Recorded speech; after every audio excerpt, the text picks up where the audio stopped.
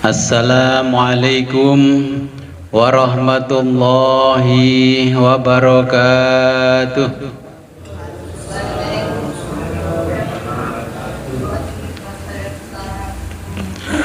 Bismillahirrahmanirrahim. Alhamdulillahi rabbil alamin. Wassalatu wassalamu ala asyrafil anbiya'i wal mursalin Sayyidina wa habibina Muhammadin wa ala alihi wa sahbihi ajma'in. Amma ba'du, la khawla wa la quwwata illa billahil aliyil azim. Alhamdulillah, pada malam hari ini kita diberikan kenikmatan yang sangat luar biasa oleh Allah Subhanahu wa ta'ala, sehingga kita bisa kembali ngaji kitab tasawuf Sirul Asror. Sebelum pengajian ini kita mulai, marilah kita berkirim Fatihah terlebih dulu kepada junjungan kita baginda Nabi besar Muhammad sallallahu alaihi wasallam, kepada muallif kitab Sirul Asror, juga kepada kedua orang tua kita. Semoga dengan berwasilah ini kita diberikan kemudahan oleh Allah dalam memahami kitab tasawuf.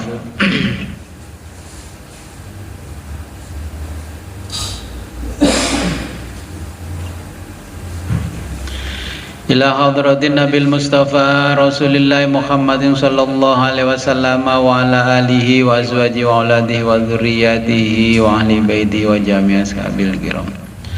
Syaulillahi lahumul Fatihah.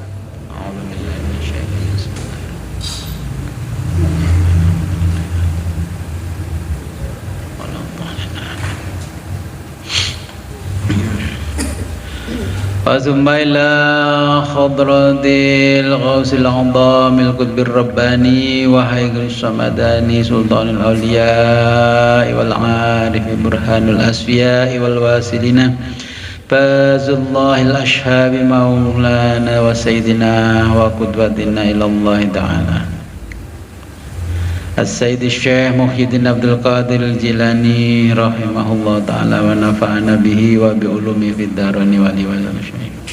Al-Fatihah.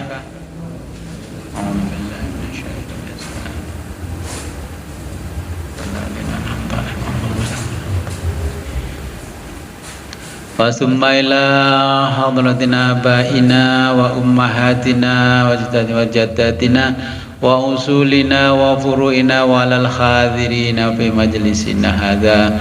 Al-Fatihah. A'udzubillahi minasyaitonir rajim. Bismillahirrahmanirrahim. Iyyaka na'budu wa nasta'inu shiratal ladzina an'amta 'alaihim. Amin.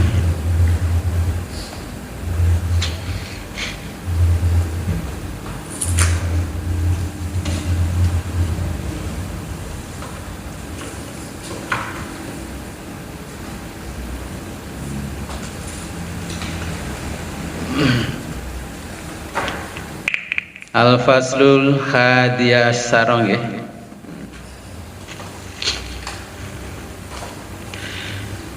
Bismillahirrahmanirrahim. Qala al-muallifu rahimahullahu ta'ala wa nafa'ana bihi wa bi ulumihi fid dharaini amin ya rabbal alamin. Al-Faslul Khadiyasara. Al-Faslul Khadiyasara, pasal 11.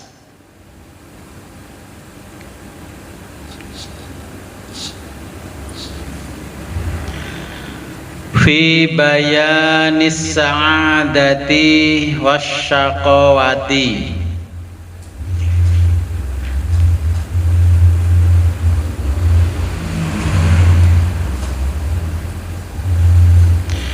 Fi bayani, menjelaskan tentang as-sa'adati, bahagia,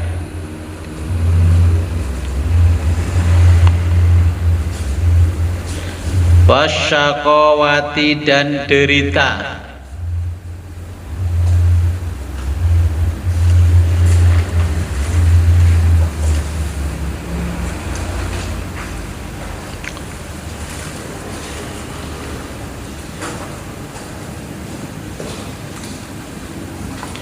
I'lam, ketahuilah,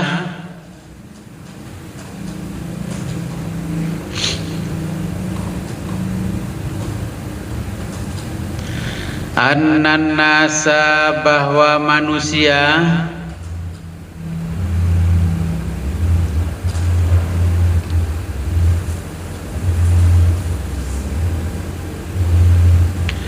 la yakhlu, tidak terbebas,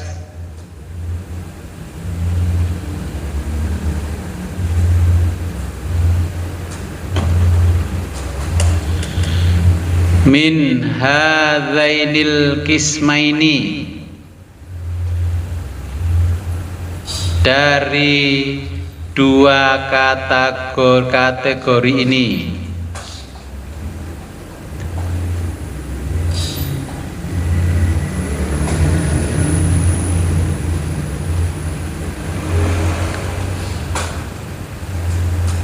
Wa kadza, begitu juga,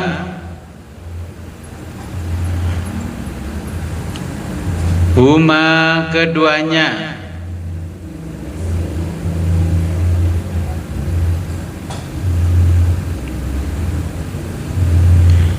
yujadani, terdapat,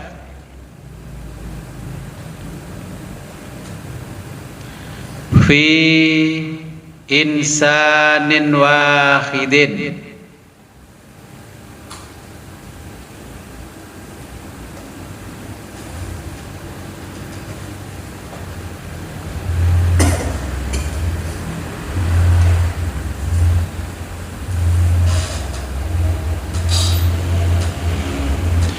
fi insanin wahidin, pada setiap orang.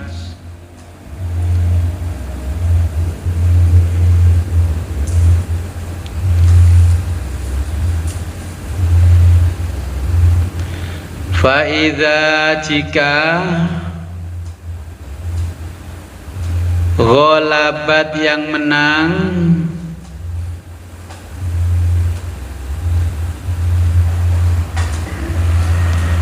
hasanatuhu, adalah amal baik,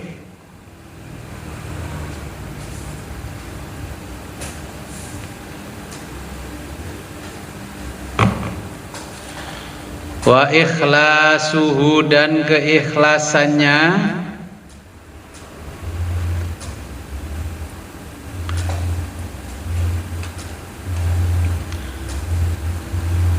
tubaddalat, akan berubah,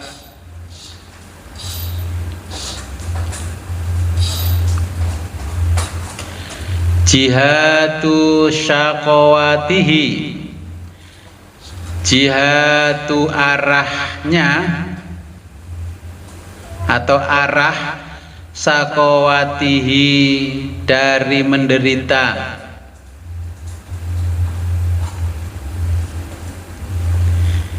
ilas sa'adati, menuju bahagia,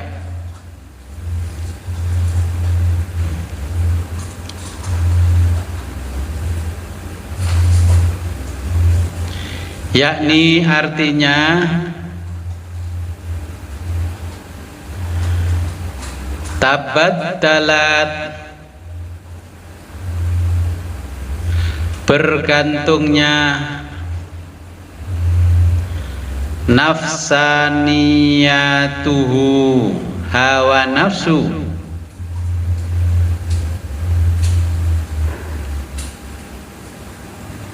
ila ruhaniyatihi, pada sifat-sifat ruhani.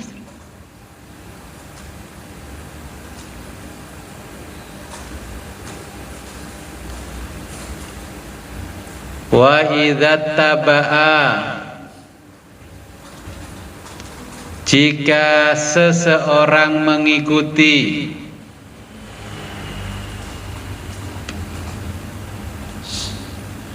hawahu, hawa nafsunya,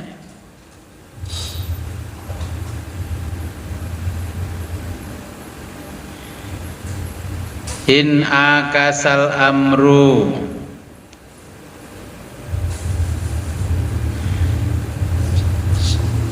in angkasa itu hal sebaliknya. Jadi in akasal amru, yang terjadi adalah hal sebaliknya.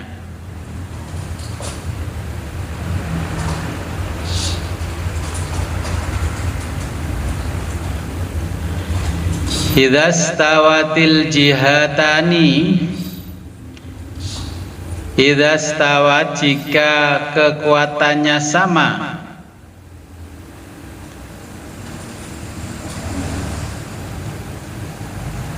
al jihatani, antara kebahagiaan dan penderitaan,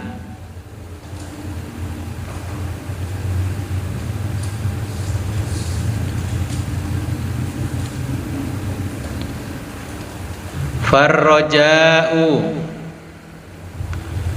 maka ada harapan,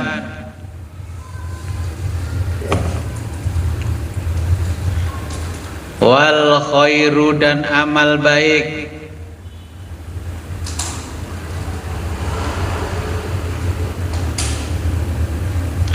kama qala Allah Ta'ala, sebagaimana firman Allah Ta'ala,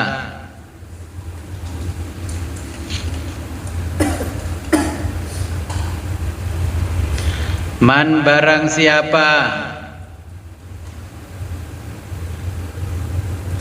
ja'a, berbuat,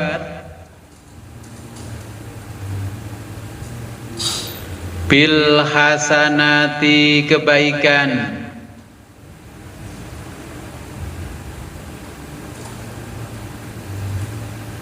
falahu, maka dia mendapat balasan,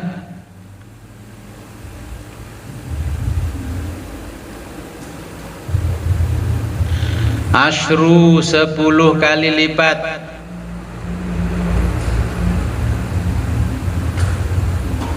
amsaliha, amalnya,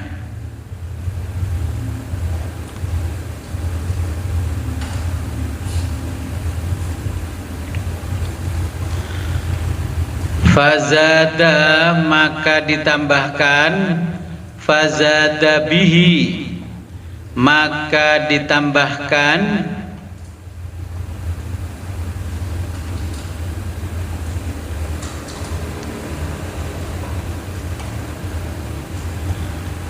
wad'ul mizani,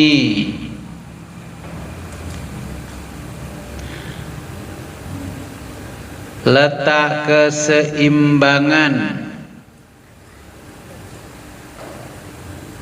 wad'u, letak, al mizani, mizan kan timbangan, jadi itu wad'ul mizani, letak keseimbangan, li ajlihima, bagi mereka,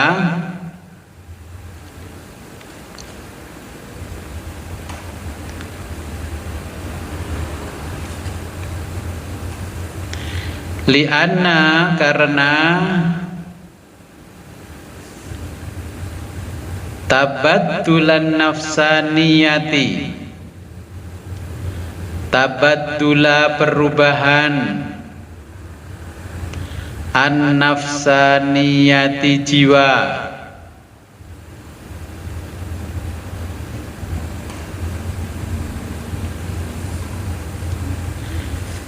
ilar ruhaniyati, ke spiritual,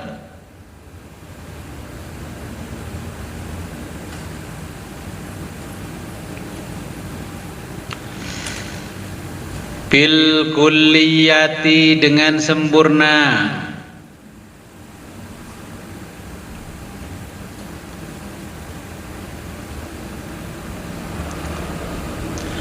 fala hajata, fala, maka tidak, hajata, diperlukan lagi,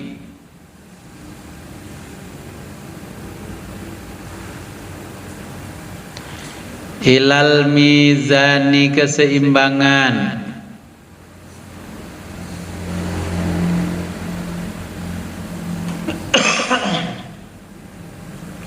fahuwa karena spiritual,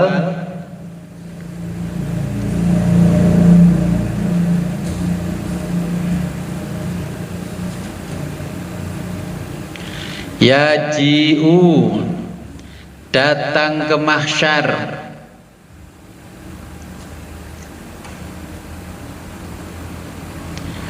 bi ghairi hisabin tanpa dihisab,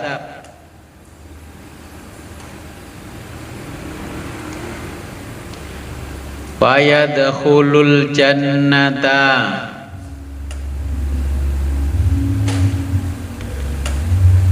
dan masuk surga,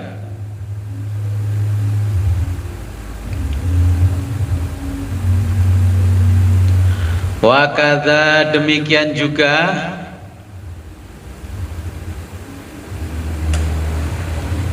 aksuhu sebaliknya,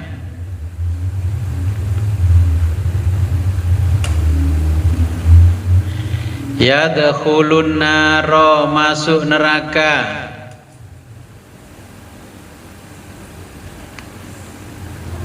bila hisabin tanpa dihisab,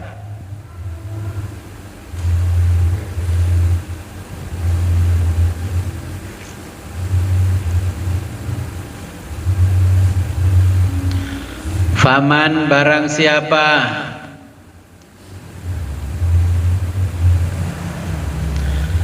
tarojjaha yang lebih banyak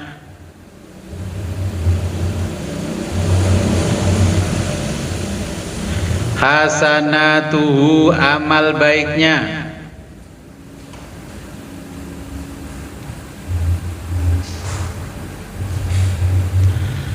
dakhalal jannata dia akan masuk surga,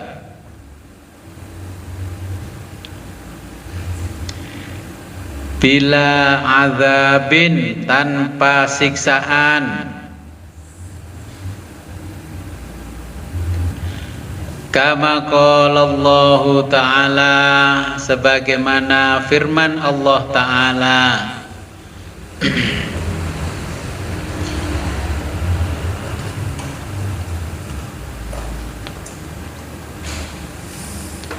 Fa amma man thaqulat mawazinuhu, fa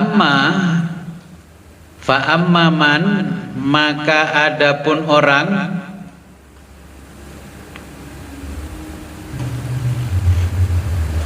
thaqulat yang berat,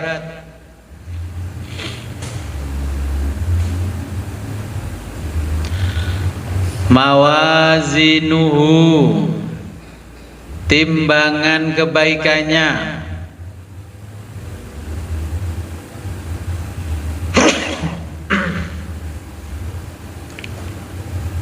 fahuwa maka dia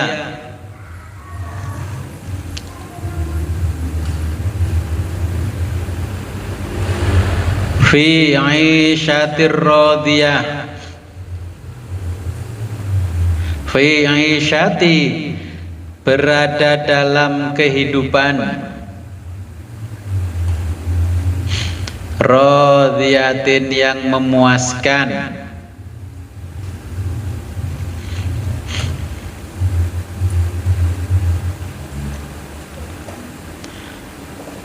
waman dan orang tarojjaha yang lebih banyak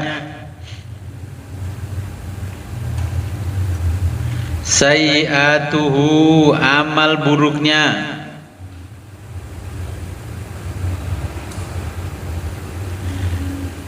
yu'adzabu dia akan disiksa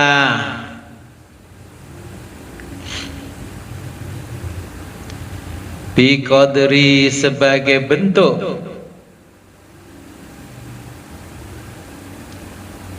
jinayatihi hukuman,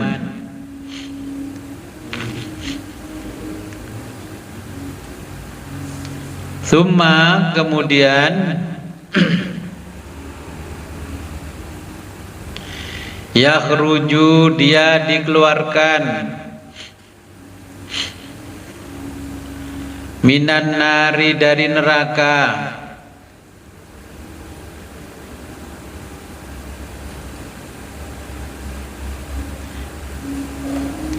ingkana jika di dalam hatinya lahu masih ada imanun iman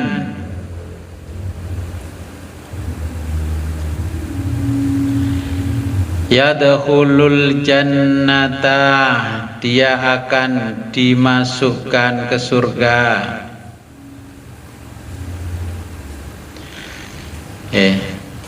Paragraf ini saya jelaskan dulu. Syekh Abdul Qadir Jailani ini menjelaskan kepada kita tentang bahagia dan derita. Saya dari dulu penasaran dengan bahagia dan derita. Saya membaca kitabnya ulama-ulama Islam, ya, ulama-ulama syariat, ulama tasawuf, ya, para sufi yang punya kitab-kitab seperti Ibnu Arabi, Ibnu Rushd, kemudian Abdul Qadir Al-Jurjani, ya, Dhunnun Al-Misri, Rabi'ah Al-Adawiyah, Syekh Abdul Hasan Asyadili, ya, ngaji kitab Hikam itu. Kemudian Syekh Abdul Qadir Jilani, ya, seperti yang kita baca pada malam hari ini. Kemudian Ibnu Sina, Al-Farabi, Imam Ghazali, ya, Syekh Athaillah Sakandari. Kemudian dari ulama-ulama Iran seperti Murtadha Mutahhari, ya, Ali Syariati, Mulla Sadra. Kemudian ada Taqi Misbah Yazdi, ada Alamah Tobatobai, sampai kitabnya Imam Khomeini. Itu saya baca, saya ingin tahu sih bahagia itu apa. Terus saya nggak puas, apa yang disampaikan itu nggak puas, ya. Jadi itu kitabnya numpuk-numpuk di rak itu. Kemudian dengan tidak puas membaca buku dalam literatur pesantren, literatur Islam, saya nyoba membaca buku-buku yang literaturnya dari Barat, dari Amerika, berbahasa Inggris. Saya hitung-hitung ada yang berbahasa Inggris itu 192. Ini diantara kitabnya. Nih saya baca. Pingin tahu sih apa sih maknanya bahagia itu. Dari sekian banyak kitabnya ulama klasik sampai kontemporer, ya jawabannya mirip-mirip saja, tapi yang nggak memuaskan hati saya. Terus dari ilmuwan Barat, ya, para psikolog, sosiolog, antropolog, ya, motivator menulis buku, saya baca ya nggak memuaskan juga sih, nggak puas. Ya, jenengan Bapak Ibu mengartikan bahagia itu apa? Bahagia itu kalau bahasa Inggris kan happy, bahasa Inggrisnya kan happy. Bahasa Arabnya sa'id, ya, sa'idah. Orang yang bahagia jadi mas'ud. Kalau perempuan mas'udah, ya, nama ibu saya itu kan bahagia, tapi perempuan. Saya baca, saya klasifikasikan, ya. Ada judul bukunya, pokoknya yang mirip-mirip supaya kalian berbahagia. Saya beli buku-buku. Dari sekian tahun saya baca yang dari Barat dan Amerika ada 192 buku, tipis-tipis gini. Sampai bukunya orang Jepang saya baca. Pandangan bahagia menurut orang Jepang itu gimana sih? Gak memuaskan. Terus saya ingin tahu orang Yahudi nulis apa tentang bahagia dan derita. saya baca. Terus orang-orang Kristen bagaimana menjelaskan bahagia, saya baca, saya nggak puas. Katolik bagaimana, nggak puas. Orang Jawa gimana menjelaskan bahagia, tambah nggak puas. Oke. Dari sekian banyak buku itu, terus saya catat apa sih bahagia itu. Jenengan Bapak Ibu itu loh, bahagia itu ketika apa? Bahagia itu banyak uang. Rata-rata ketika kata bahagia itu dihubungkan kepada uang, ternyata tidak juga.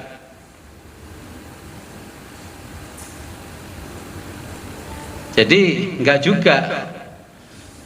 Terus saya baca kitabnya Imam Ali, Sayyidina Ali, Nahjul Balaghah, itu kitabnya di meja itu tebel-tebel itu, saya baca dari dulu. Bahagia, apa bahagia? Ternyata ya orang sulit mendefinisikan bahagia. Yang ada tampak bahagia, yang ada oh tampak bahagia. Terus saya simpulkan dari kitabnya orang Barat sampai para filosof, ya pemikir-pemikir modern yang meneliti. Kalau kitabnya ulama-ulama dulu itu kan nggak ada penelitiannya, kita nggak baca, pokoknya baca kitabnya. Kalau ilmuwan sekarang kan ada penelitiannya, bisa kita baca jurnalnya. Dari penelitian mereka itu saya simpulkan ada kata-kata positif and negatif life event. Jadi hidup kita ini ada faktor positif and negatif life event. Apa? Ya positif, ya tahu ya positif, negatif tahu kan? Life event.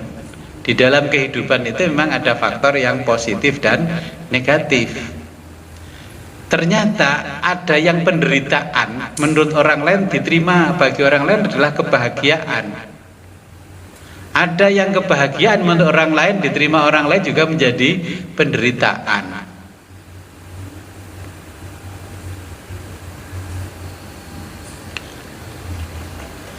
Saya mau kembalikan dulu ke Bapak Ibu, bahagia itu gimana? Ini Syekh Abdul Qadir juga menjelaskan, saya nggak puas. Tapi karena kita ngaji kitabnya ya, saya coba menjelaskan apa yang dimau oleh Syekh Abdul Qadir.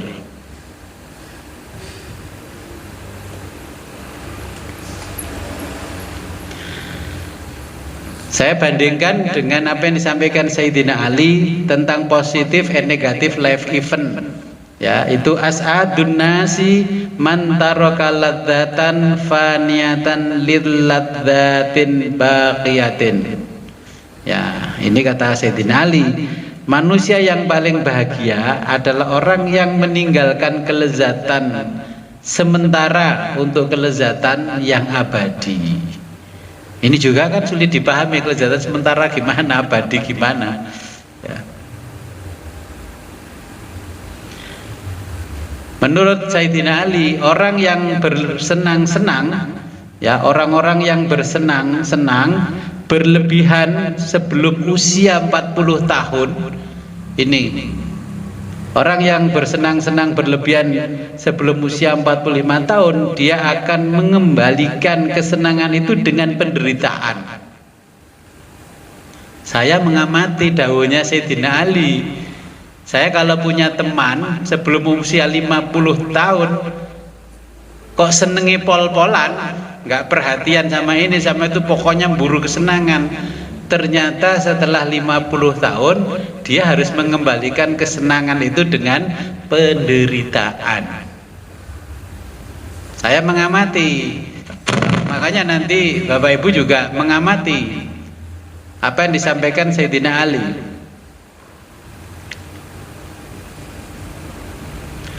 Nah, ternyata orang itu untuk mendapatkan kebahagiaan itu diperlukan banyak kesenangan. Ya.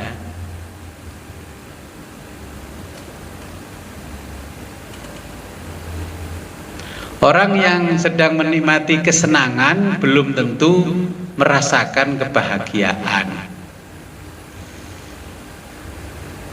Sebenarnya orang bahagia itu gini.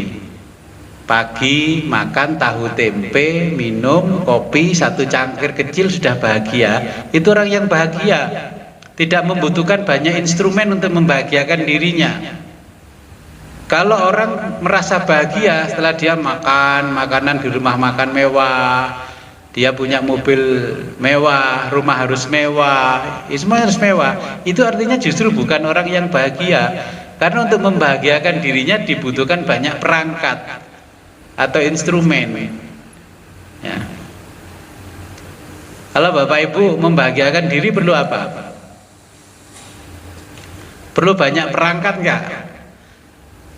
Di catatan kitabnya Sayyidina Ali, bukan saya yang nulis, itu di kitabnya Sayyidina Ali itu, ternyata kita kalau bersenang-senang berlebihan usia sebelum 50 tahun, ya, nanti setelah 50 tahun dituntut oleh Allah untuk mengembalikan kebahagiaan itu dengan penderitaan.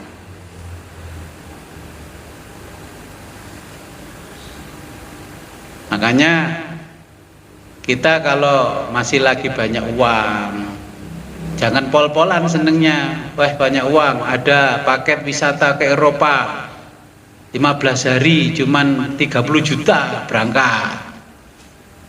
Ada paket umroh sekaligus Turki sama Mesir berangkat. Saya itu hanya mengamati dawuhnya Sayyidina Ali. Yang saya baca buku 192, bukunya orang-orang barat itu, sampai ini orang Jepang, ada Sachiko Murata, ini saya baca, The Tao of Islam ini, nulis ini, saya baca, orang Jepang. Tapi dia ini guru besar bidang keagamaan Islam dan tasawuf. Ya. Saya baca, saya nggak puas. Saking nggak puasnya, ulama Islam saya baca hampir semuanya, Barat saya baca. Ya intinya ya khayalal falah, intinya.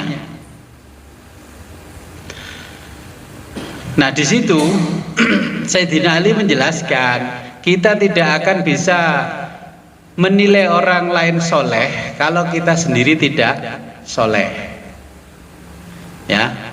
Kita tidak akan bisa menilai orang lain bahagia kalau kita tidak bahagia. Kita tidak akan bisa menilai orang lain pandai kalau kita nggak pandai. Dari ngomongnya itu aja kan kita tahu kalau kita pandai. Tapi kalau kita nggak pandai, orang ngomong sasisu apa maksudnya? Ya. Kita tidak bisa melihat atau menilai orang lain sukses kalau kita sendiri tidak sukses. Bapak Ibu kan nggak bisa menyalahkan saya baca kitab kuningnya salah apa benar, karena Bapak Ibu nggak pinter baca kitab kuning. Kan nggak bisa kita menyalahkan orang baca Quran tajwidnya salah apa benar, karena Bapak Ibu nggak pinter tajwid. Ada kadang-kadang orang itu ditutupi dengan keindahan suara, bacaannya salah semua, tapi karena enak suaranya nggak terlihat bagi orang awam, tapi bagi orang yang alim tetap kelihatan salah, ya. Di dalam semua kitab, versi Islam, versi yang non muslim, ternyata kalimatnya itu saya simpulkan ya bahagia adalah pilihan. Kalimatnya itu bahagia adalah pilihan. Milih bahagia apa milih derita, menderita.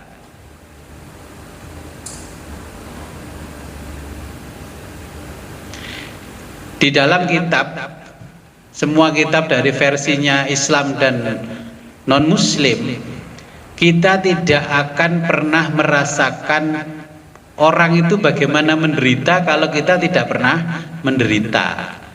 Kita tidak pernah merasakan kebahagiaan orang lain kalau kita tidak pernah bahagia. Makanya Allah itu memberikan ritme, kadang-kadang kita dikasih sakit. Kasih sakit mata gitu sudah bingung enggak? Kasih sakit mata itu kata Allah, penjelasannya Sayyidina Ali, supaya kamu tahu nikmatnya mata sehat. Kalau orang nggak pernah sakit sama sekali, bahaya nanti kayak Fir'aun.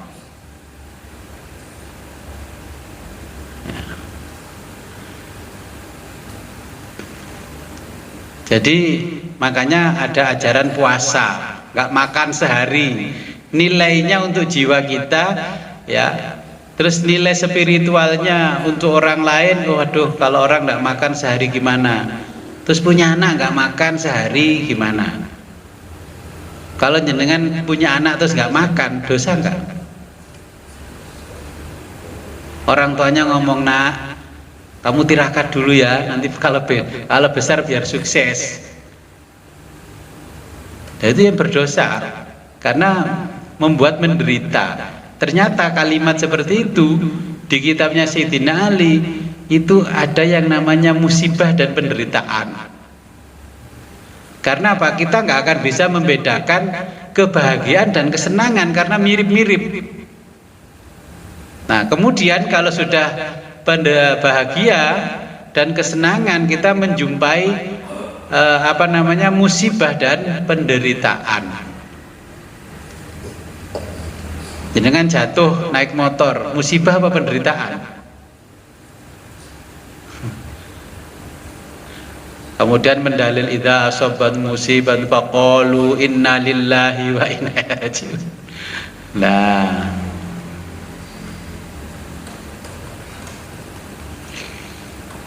akhirnya dari membaca kitab-kitab itu khatam, ya dari versinya para sufi, para psikolog, ya sosiolog, motivator dan sebagainya itu, saya didatangi orang, ya ketika orang datang ke saya mengadukan dirinya, ya bahwa sekarang dia sudah tidak bekerja lagi, mengalami kesulitan ekonomi, nggak disayang istrinya, nggak disayang anaknya, nggak disayang mertua. Aduh Gus, musibah saat ini Gus. Lah kon niku lho mbiyen kerja enak-enak mulih, gak kuat derajat ya. Itu kan fakta hari ini banyak begitu. Ini dalam catatan saya, bukan catatan yang sekarang, dari beberapa tahun saya seperti itu. Saya sudah 1 tahun Gus, sudah tidak bekerja. Saya sekarang di kampung juga nggak dihormati orang. Dulu saya kalau datang itu saya bawa oleh-oleh dari Jakarta, ini. Oh, seorang semua datang ke saya ngopi ini. Sekarang gimana? Laler aja nggak ada yang nempel Gus. Akhirnya perasaan seperti itu dianggap penderitaan. Berarti kalau kata Sayyidina Ali, kamu sekarang menderita, dulu kamu sudah berlebihan dalam mengkonsumsi kesenangan, bukan kebahagiaan, ya. Luweh-luweh senenge. Jadi faktornya akhirnya berbalik menjadi derita. Nah, dari derita itu awal yang dialami adalah musibah, akhirnya menderita. Terus yang lain ada yang datang, Gus, sekarang saya ini kesulitan ekonomi. Kenapa? Barang dagangan saya sekian banyak nggak dibayar sama mitra kerja saya. Pekerjaan saya nggak dibayar ini Gus, sekian miliar ini. Terus saya tanya, tapi istrimu sehat kan? Ya sehat Gus. Anakmu sehat, cucumu sehat Gus. Ya sudahlah, cuman diambil uang saja, nggak diambil istrimu kan, ya harus bersyukur. Anakmu masih sehat, menantumu sehat, cucumu juga sehat. Tuh, kadang kan cuma diambil gitu aja sudah mengeluhnya luar biasa. Coba kalau diambil semua tinggal dirinya sendiri gimana? Kalau kata orang Jawa kan jadi lolo. Jadi sebatang kara di dunia. Dulu dia berharap punya anak, punya cucu itu ada yang merawat di masa tua. Ternyata diambil sebelum dia meninggal. Gimana? Makanya kalau cuman yang diambil uang, motor, ya sudahlah, ikhlaskan saja biar tidak menjadi penderitaan. Itu kan Allah mengambil dulu sisa-sisa jadi toksitnya kita berlebihan kesenangan diambil. Orang kalau kelebihan kesenangan makan dan minum, apa resikonya? Bahasa Inggrisnya diabetes, bahasa puskesmas badas, diabetes mboten sampean. Bahasa Inggrisnya itu diabetes bacanya. Kalau baca orang badas ya diabetes. Itu kan akibat kelebihan kesenangan, bukan kelebihan kebahagiaan. Makan ini pol-polan, minum pol-polan. Akhirnya olahraga pol-polan, dengan imajinasi dia supaya sehat.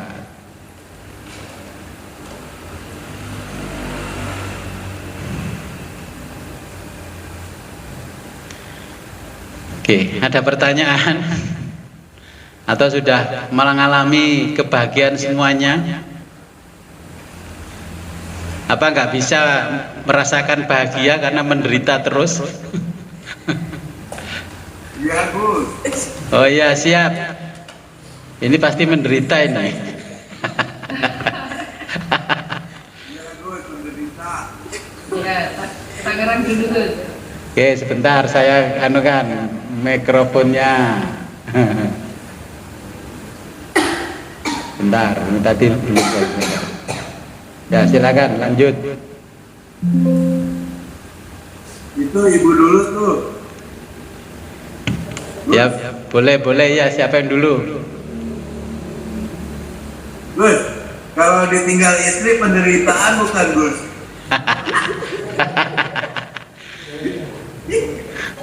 Makanya Allah sudah mengatakan, Sayyidina Ali menjelaskan, kalau istrimu hilang nggak usah dicari, karena masih kehilangan istri nggak apa-apa, kan hartamu masih utuh, bisa cari istri lagi. Tapi dapat pengganti, Gus. Iya, makanya Sayyidina Ali menjelaskan kalau kehilangan istri pun tidak perlu menderita. Berarti oleh Allah memang istri itu tidak patut untuk melanjutkan kehidupan. Ya. Nanti kalau kita mau menunggu gantinya, akan diganti yang lebih baik. Alhamdulillah, terima kasih, Gus.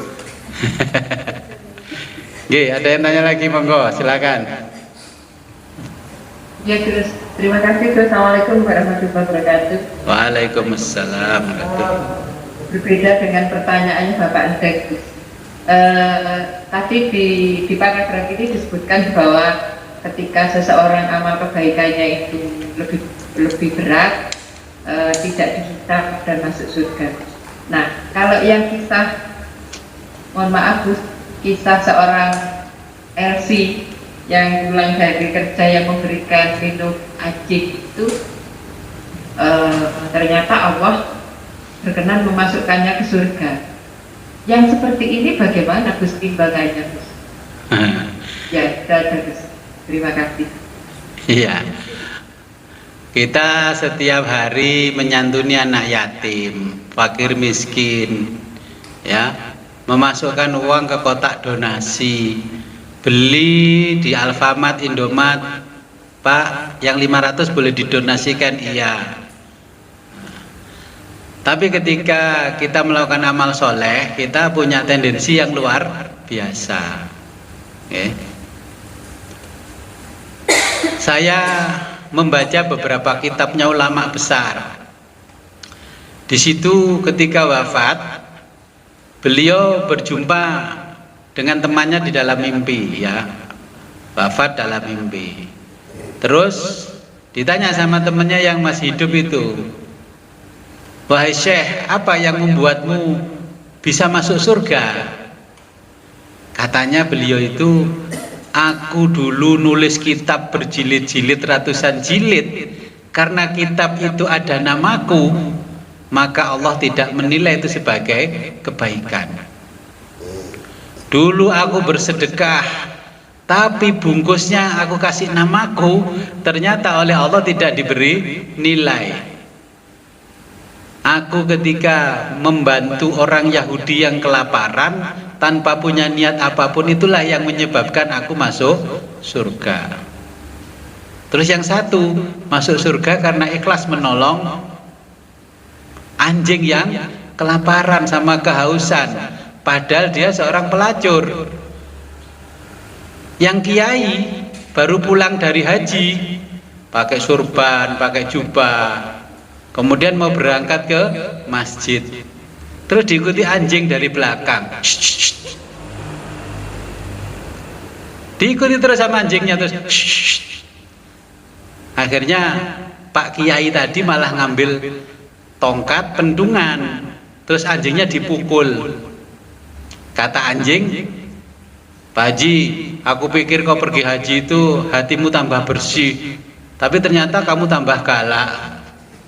Aku pikir pakai baju jubah seperti ulama besar, seperti wali Allah, kamu tambah lembut hatinya. Ternyata kamu pergi haji tambah galak, tambah gengsinya besar. Buktinya apa? Aku ikut kamu ke masjid aja kamu pukul. Nah, itu kan juga ada di kisahnya Sufi seperti itu. Makanya pulang haji jangan pakai topi haji, pakai jubah. Ya, di Arab sendiri OB kan ya pakai jubah. Oke. Jadi yang dinilai oleh Allah yang amal kebaikannya itu dengan niat yang ikhlas tadi disebutkan yang di depan, tadi kan dengan keikhlasan yang tinggi. Oke. Jadi kebaikan yang dinilai oleh Allah dan masuk ke dalam rapot kita dan nanti akan kita lihat di mahsyar itu yang ikhlas. Oke. Ngasih makan anjing ikhlas, ngasih makan kucing ikhlas. Saya sini ada kucing banyak makan, saya suruh pergi kata kucing yang satu, makan enak aja gue disuruh pergi, kalau makan gak enak dikasihkan kue. Ya, saya sempat mendengarkan suara gitu dari kucing. Terus akhirnya kalau saya makan saya panggil dulu, kasih ini, sana pergi makan pindang satu ya, mereka saya kasih satu baru pergi, kalau enggak ya sudah nungguin di sebelah saya. Saya baru ingat ini, itu ngasih makan anjing aja masuk surga, masa ngasih makan kucing yang sebanyak ini tidak masuk surga? Iya, makanya biar kucing banyak makan, kasih makan anjing dan kucing aja masuk surga, gimana ngasih makan ulama yang ngaji? Langsung masuk surga Firdaus. Ya, jadi kuncinya adalah ketika beramal itu tidak pernah mengingat amal yang kita perbuat. Saya membaca kitabnya ulama yang madhabnya Ahlul Bait Syiah, itu penulis kitab Biharul Anwar yang berjilid-jilid itu saya baca. Ternyata beliau meninggal, terus temannya bermimpi ketemu beliau, ditanya bagaimana keadaanmu Syekh di sana. Alhamdulillah aku bahagia. Apa yang menyebabkan Syekh bisa masuk surga? Ternyata bukan aku, bukan nulis kitab Biharul Anwar yang berjilid-jilid, kitab berjilid, enggak, karena itu masih ada namaku, tidak dihitung oleh Allah. Aku ketika berjumpa orang Yahudi kehausan dan kelaparan, yang sudah sekian hari nggak makan, nggak minum, aku kasih makanan, kasih minuman, kasih uang, itulah yang menyebabkan aku masuk surga. Jadi ternyata tidak hanya menolong orang Islam, yang penting kita beramal soleh kepada semua makhluk hidup. Oke, nanti ada orang jatuh ditanya, agama Islam enggak? Enggak Pak, enggak jadi nolong karena kamu bukan Islam. Ya. Oke, mungkin ada pertanyaan lagi? Masih ada. Ya, silakan. Tidak jauh pertanyaan saya dari kitab yang baru saja di apa itu. Jadi keseimbangan antara amal kebaikan dengan amal kejelekan. Kalau dari Al-Quran ya. Terus ternyata ada keseimbangan, terus di sini kan diterangkan masuk surga. Nah, apa kejelekan itu juga tidak dirasakan dulu sama Allah tentang kejelekan yang dilakukan. Misalnya ada keseimbangan, kamu masuk neraka dulu berapa puluh tahun atau berapa puluh tahun, kemudian baru setelah hilang kejelekannya. Iya. Jadi kenapa kita masuk neraka dulu? Karena itu untuk mensucikan kita, baru dimasukkan ke surga. Itu sebagai keseimbangan. Ya. Tapi ketika masih di dunia, kita masih bicara di dunia dulu. Keseimbangan dan antara kebahagiaan dan penderitaan. Oke, kalau di surga, di akhirat tadi kan sudah dijelaskan oleh Allah, antara amal baik akan ditimbang. Kalau yang berat yang baik, maka masuk surga tanpa hisab. Kalau yang berat adalah kejelekan, maka masuk neraka juga tanpa dihisab. Nanti di mahsyar itulah kita pertimbangannya. Oke. Nanti itu ada di paragraf berikutnya. Ini masih bicara kebahagiaan dulu di dunia. Oke. Saya seringkali membaca kitab dan buku-buku yang dia ini kan tentang bahagia. Bahagia menurut ISQ begini, bahagia menurut ini begini. Ya saya nggak puas dengan jawaban bahagia. Karena apa? Mungkin juga karena dari kecil terlalu bahagia. Tidak bisa merasakan bahagia itu yang seperti apa. Kadang orang yang dari kecil hidupnya nggak pernah susah, akhirnya ditanya bahagia itu bagaimana, ya nggak mengerti. Kalau dari kecil dia menderita, ditanya menderita itu seperti apa, ya nggak bisa menderita. Karena apa? Sepanjang hidupnya menderita. Kemudian saya membaca itu punya banyak inspirasi, karena kesenangan itu tak terpisahkan dengan kebahagiaan. Kesenangan itu selalu mengiringi kebahagiaan, kebahagiaan selalu mengiringi kesenangan. Nah, untuk bahagia ternyata kita memerlukan banyak kesenangan. Tetapi ketika kita sedang menikmati kesenangan belum tentu bahagia. Contohnya begini, saya ke Jakarta karena ada pekerjaan di Jakarta. Saya tidurnya di hotel bintang 5. Senang nggak?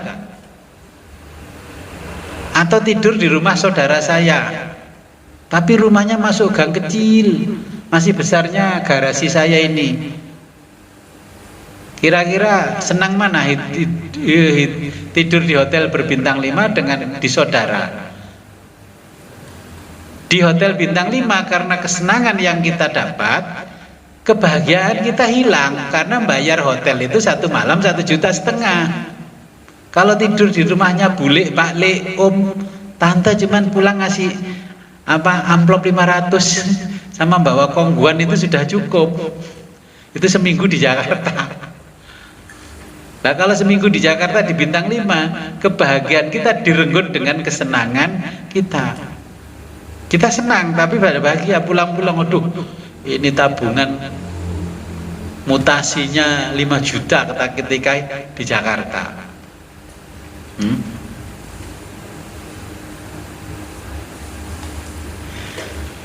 Jadi tidak semua yang menyenangkan hati kita membahagiakan. Tidak semua yang membahagiakan hati kita juga menyenangkan.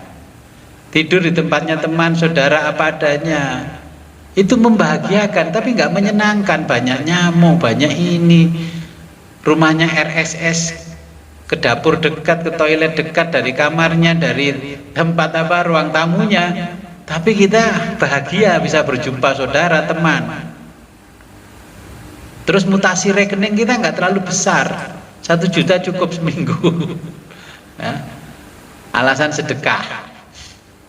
Ya. Tapi kalau di bintang 5, ya satu malam 1,5 juta, 2 juta. Kalau di Jakarta sudah 3 juta. Kalau kerja di kampung butuh berapa bulan itu dapat 3 juta. Ya. Nah, kemudian saya tulis, saya rangkum yang namanya macam-macam kesenangan. Dalam bahasa Inggrisnya ada pleasure of body, kesenangan tubuh. Ya, kesenangan tubuh. Jadi kesenangan tubuh ini kesenangan yang dibutuhkan oleh tubuh kita, termasuk makan, minum, traveling. ikut sholawatan kesana kemari, okay.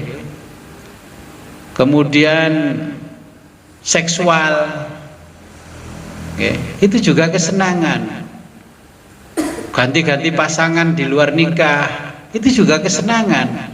Maka yang berlebihan dari kesenangan-kesenangan the pleasure of body ini akan dimintai ganti oleh Allah di dunia. Okay. Makanya tinggal melihat saja apa betul ini yang diteliti oleh para ilmuwan dari dulu.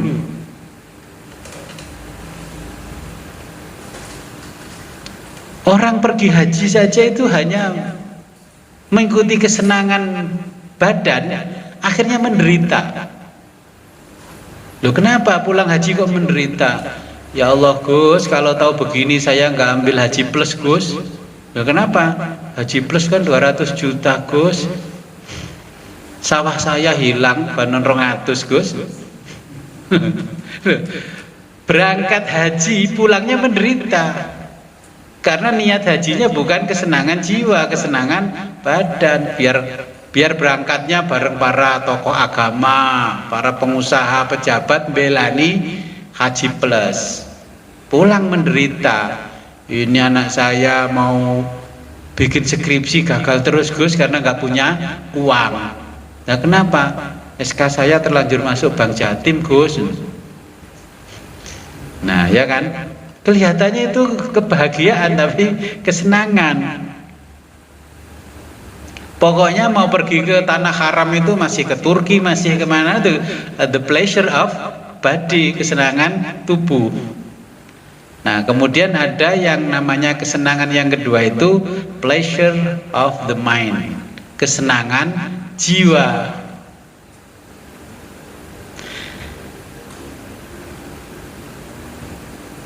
Nah, kesenangan jiwa ini kesenangan yang diperoleh dari unsur ruhani, spiritualitas.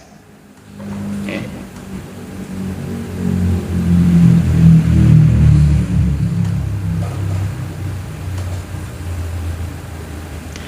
Contoh diantara yang paling mudah, kesenangan ruhani. Ketika Bapak Ibu dulu tidak bisa baca Quran, akhirnya bisa membaca, itu kebahagiaan, kesenangannya bersifat ruhani.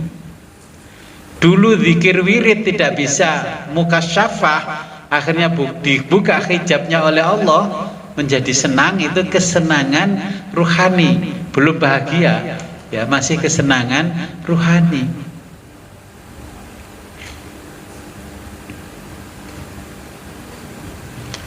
Kemudian ketika kita berziarah ke makamnya wali-walinya Allah, ya di tempatnya orang-orang soleh, terus kemudian nangis-nangis di situ, terharu, terseduh-seduh, itu hanya kesenangan jiwa, bukan kebahagiaan.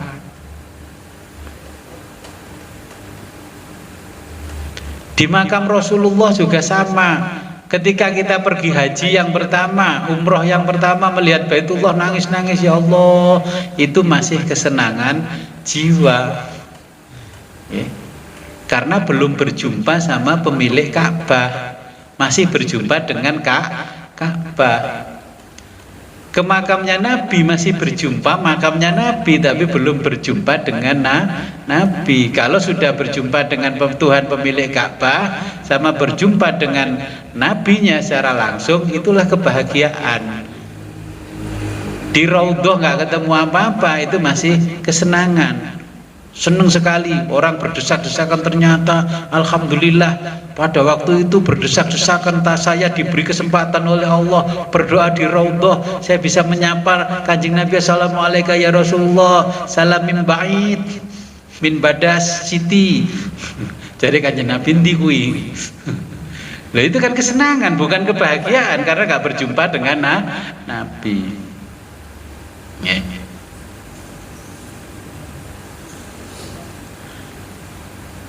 Nah, kemudian ada kesenangan yang bersifat the hedonic treadmill. Tahu treadmill? Itu loh, ini ada papan, Kalau orang kaya-kaya pejabat itu terus naik ke atas sambil lari-lari, terus sambil pegangan, terus ada speedometernya sudah lari berapa kilo, kecepatan berapa, itu kan namanya treadmill. Lah ternyata ada kesenangan dan kebahagiaan yang sama dengan itu, the hedonic treadmill. Meskipun kita merasa lari 3 km, 10 km, tapi kita tetap berada di tempat itu. Walaupun kita berkeringat, kita ini, tapi kita tetap berada di situ, nggak kemana-mana. Berbeda dengan yang lari di jalan, naik sepeda di jalan. Ada yang naik sepeda treadmill kan di ruangan terus. Nah, ternyata kebahagiaan yang ada yang seperti itu.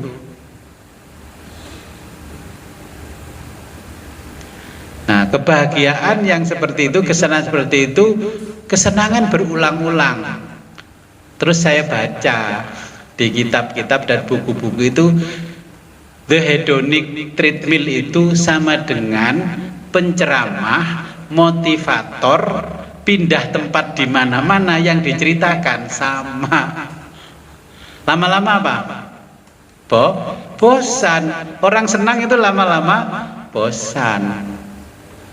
Orang tertawa, terbahak-bahak itu hanya menutupi kejenuhannya.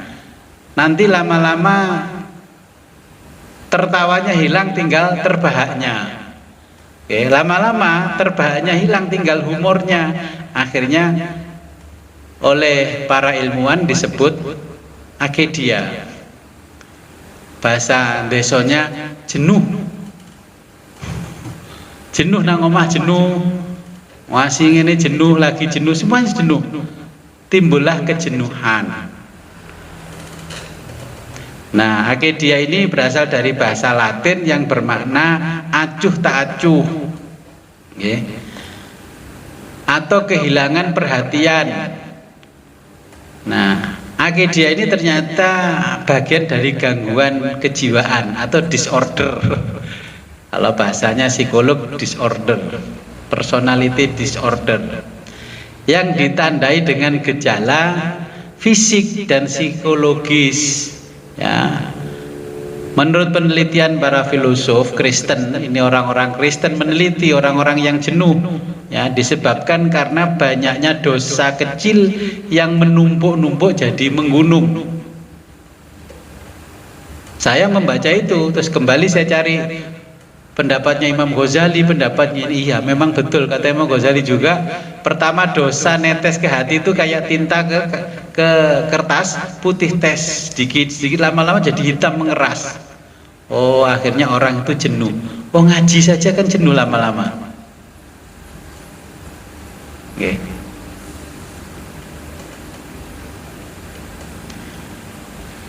Nah, kejenuhan ini ya tidak sampai pada bahagia. Diteliti oleh Michael Seltzer, diteliti, ini bukunya saya baca.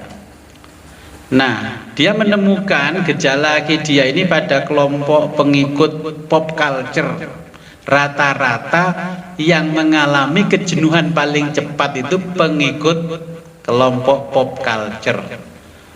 Pop itu berasal dari kata populer, ya. Popular, bahasa Inggrisnya populer, culture itu budaya. Jadi budaya populer. Sekarang ada makanan nih, mie ini, mie itu, begini nih, mie ikutan. Ini pop culture. Ya memang tahun 70, 80 pada tahun itu sudah ada pop culture. Roma Irama pakai celana cutbray, semua pakai cutbray, komprang. Rambutnya pakai gimana gitu kan, ya seperti itu. Sekarang anak sekarang ada K-pop dari mana, Korea, semua ikut. Nah, ini mengalami kejenuhan. Ini kejenuhan yang sangat luar biasa besar. Nah, ternyata orang yang lahir antara 60-70 itu banyak yang terjangkit ya dari pop culture itu. Yang 80, 90, 2000 lebih parah. Oke, makanya anak-anak sekarang ini nggak bahagia hidupnya walaupun setiap hari pegang HP. Orang anak kecil aja bisa melihat, ini kenapa itu nggak bahagia. Nah, ya. Nah, dari kejenuhan-kejenuhan itu para ilmuwan ini meneliti. Nah, karena apa?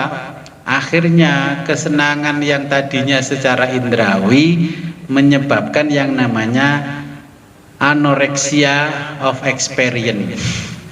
Ya, gak apa-apa tulis seenaknya bahwa anorexia experience, nanti tanya sama AI. Gus Wid menjelaskan anorexia of experience itu apa. Nanti ditulis aja di WA yang bulat kecil itu, klik keluar. Jadi pengalaman ekstrim yang dapat mengancam jiwa.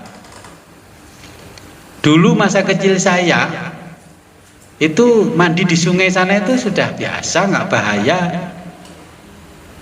Sekarang orang-orang yang kerja kantoran, ibu-ibu jamaah pengajian, perginya kemana?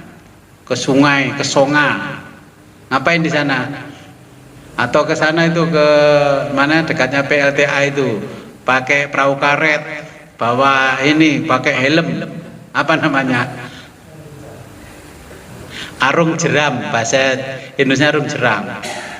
Rafting. Nah, itu ikut rafting. Habis RAT rafting ke sana. Itu namanya, ya itulah yang namanya apa? Anorexia experience. Makanya terus guru-guru kayaknya pengen nang Bali ngejak muridnya tur. Itu anorexia experience. Yang jadi guru tenang aja, nggak saya kritiki. Saya bukan Kang Dedi. Ya, iya memang begitu. Terus mendaki gunung, panjat tebing, terus sepedaan Jawa Bali. Ya hal-hal yang ekstrim itu karena dia nggak puas, jenuh di dalam rumah. Ke gunung, bikin konser musik aja di tengah-tengah gurun. Di mana? Kalau di Jawa Timur ya di Kawah Ijen, musik jazz.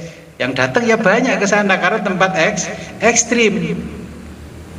Saya datangi ada konser musik jazz, waduh, jalannya setapak. Terus temannya, jangan lewat jalur ini, kita lewat jalur ini aja, lewat Bondowoso, ya bisa. Saya terus mengingat, wah ini namanya lama-lama kita kalau seperti itu akan terjangkit penyakit namanya anorexia nervosa. Tahu nervous? Kalau berdiri di atas panggung kakinya gemetaran itu kan namanya nervous bahasa Inggrisnya, dari bahasa Latin nervosa. Gampang koklok. Gus, saya dengkul saya kok gini ya. Salah mbien terlalu banyak anorexia nervosa. Gunung samun dukure begitu tinggi langsung naik ke gunung, memuaskan hasrat dirinya.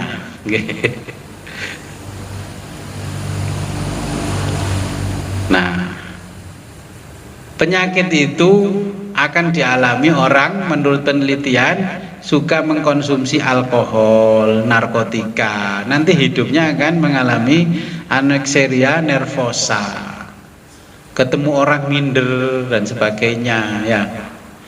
Kemudian suka melakukan seks bebas di luar nikah, sono ae nggak penyakitnya.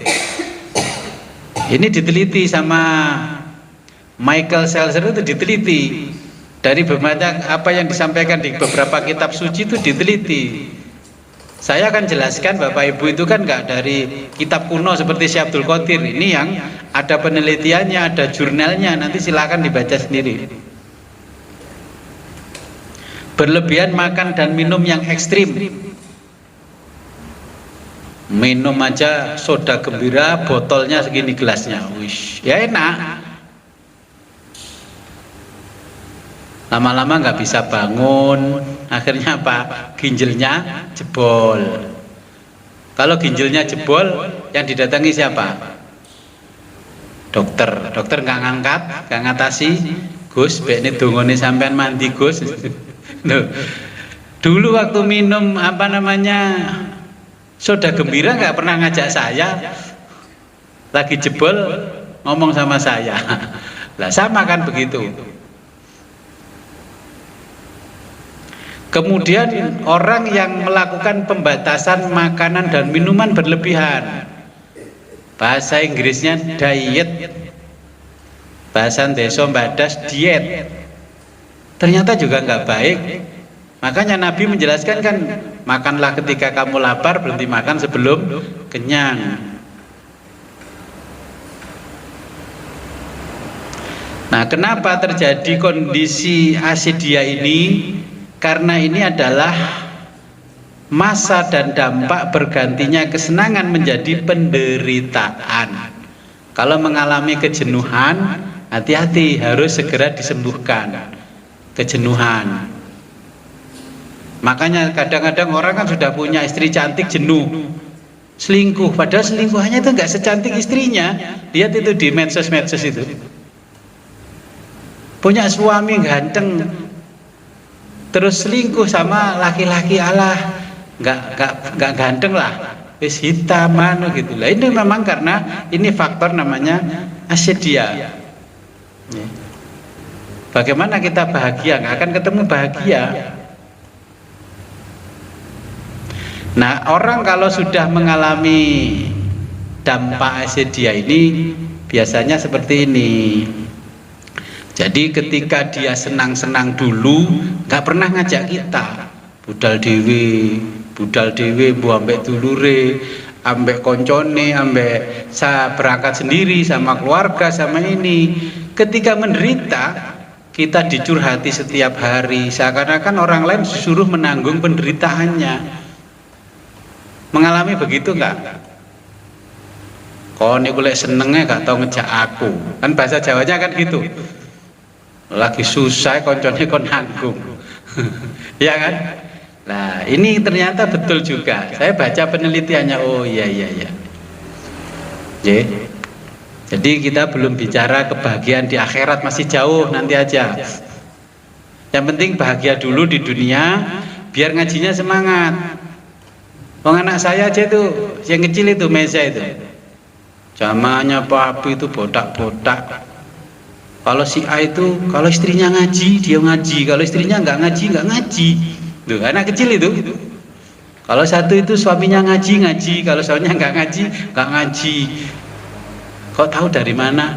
Ya dia kan merhatikan kalau ikut ngaji. Itu anak kecil itu. Pak Ari itu beberapa hari wajahnya nggak fresh. Dia dikomentari Pak Ari, daripada bicarakan orang luar di sini.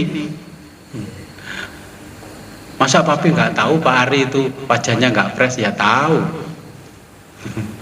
Tapi Pak Ari kan mau berusaha wajahnya fresh di depan.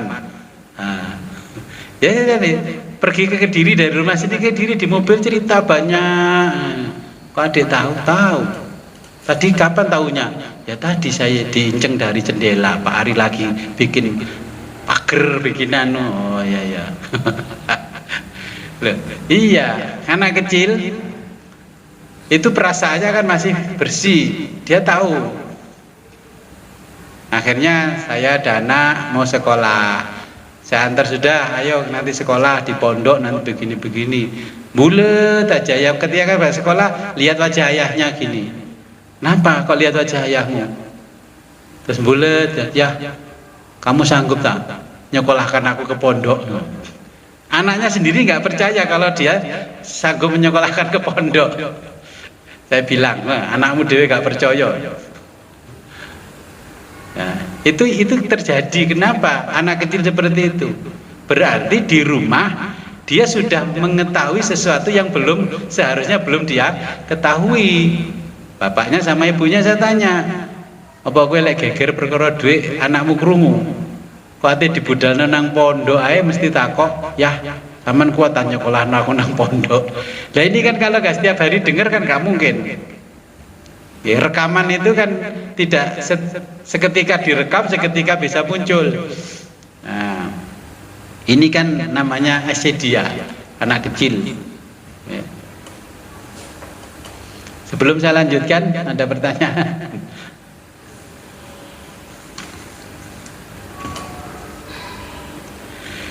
Ya kadang-kadang kalau mengalami kejenuhan itu orang satu kampung disuruh memahami penderitaannya. Ketika dulu masih bersenang-senang, orang satu kampung kalau bisa nggak tahu, taunya dari medsos saja. Makan yang enak, medsos, ini medsos. Giliran menderita, tanya begini, itu kok nggak nyambangi aku sakit ya, nggak besok aku sakit nih.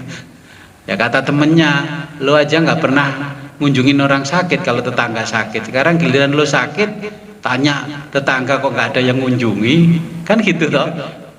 Kan ada itu orang yang nggak pernah ngunjungi temannya sakit, ini sakit, bahkan takziah orang meninggal nggak pernah. Giliran dia sakit nggak ada orang berkunjung, mengeluh. Nah itu dampak dari hasidia.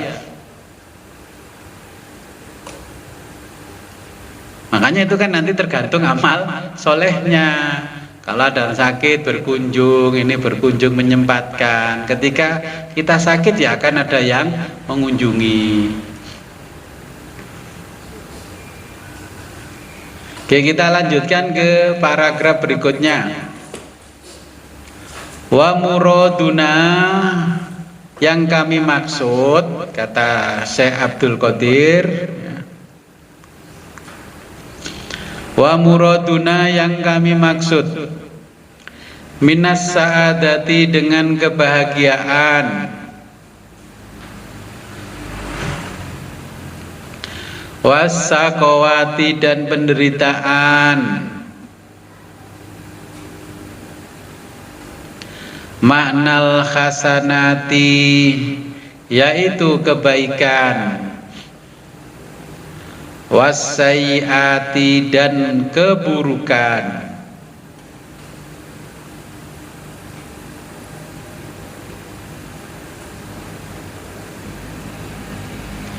Ya tabaddalu, silih bergantinya, ahaduhuma bil ukhra, itu satu kalimat ya, ahaduhuma bil ukhra, satu sama lainnya.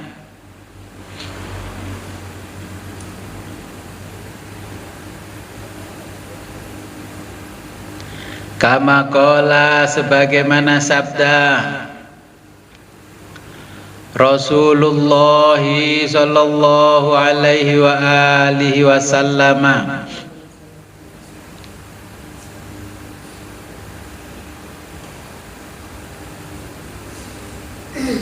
as-sa'idu, orang yang bahagia, qad, terkadang,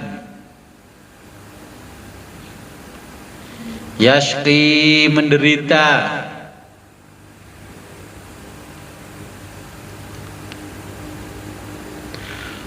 wasyaqiyu, dan orang yang menderita, qad, terkadang, yas'adu, bahagia.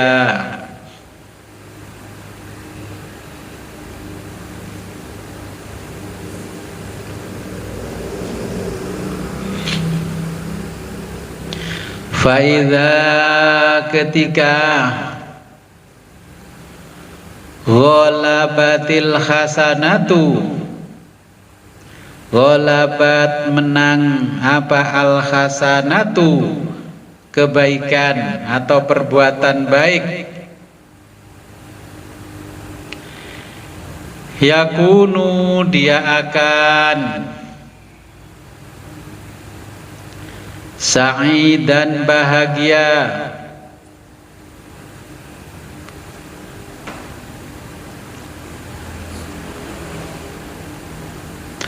wa idza, jika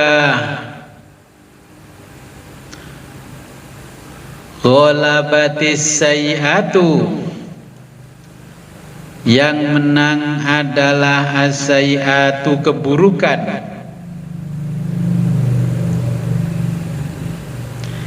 yakunu, dia akan syakian, menderita,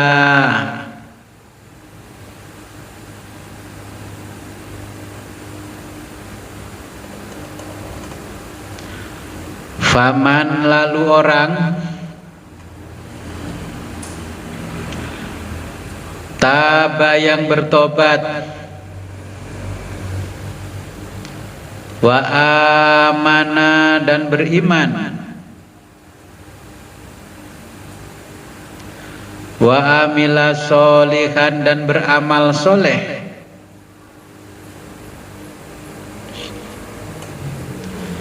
yubaddilullahu, maka Allah akan mengganti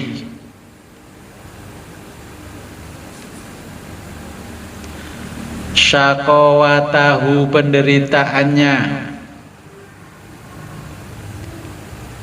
ilas sa'adati, menjadi kebahagiaan,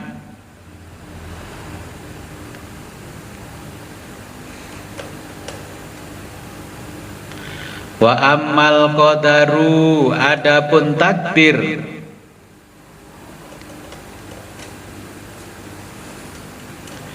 fil azali, ditulis sejak zaman azali,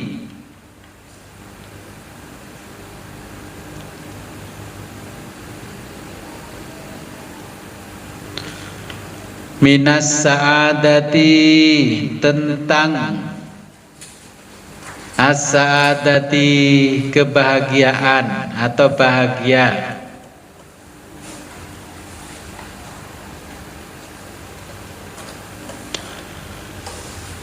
wasyaqawati, dan menderita,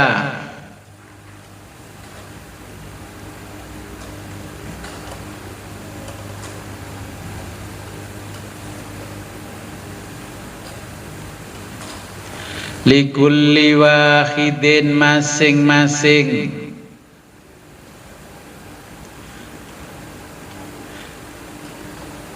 likulli wahidin, masing-masing orang, jami'un, secara menyeluruh,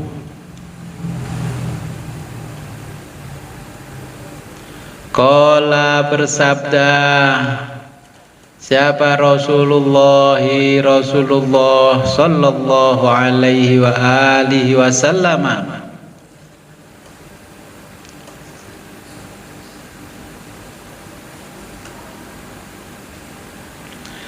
as-sa'idu, orang yang bahagia,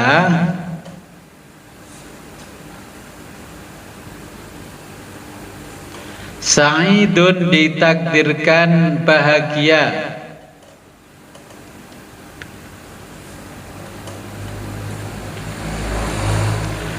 fi batni ummihi, fi batni, sejak dalam kandungan, ummihi, ibunya,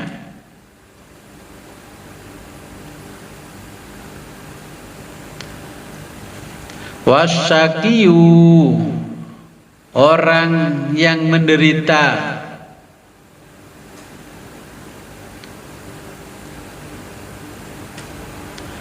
syaqiyun, sudah ditakdirkan menderita,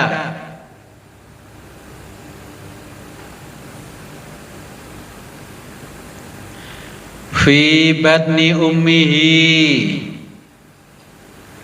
sejak dalam kandungan ibunya,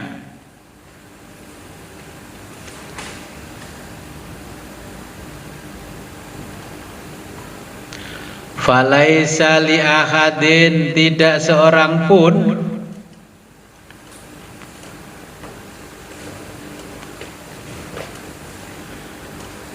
ayyabkhasa, boleh membahas atau membicarakan, fihi, takdir, li'annahu, karena itu,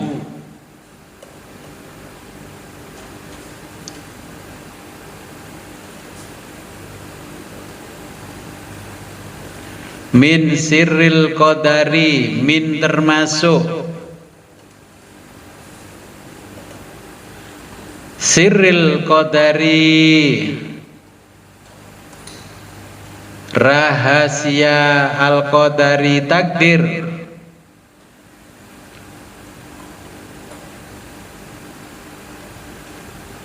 Wala yajuzu, dan tidak boleh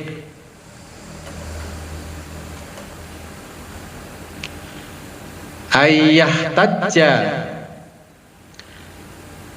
menjadikan alasan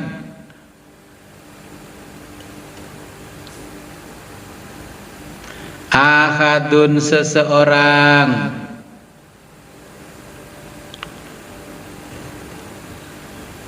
bisirril qadari, karena rahasia takdir. Ya. Ya. Saya jelaskan dulu di paragraf ini.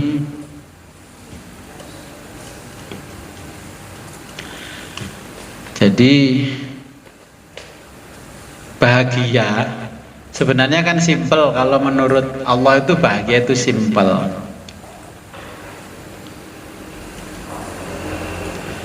Nah, sampai seorang filosof, para filosof juga menjelaskan bagaimana sih bahagia itu, bagaimana yang namanya musibah.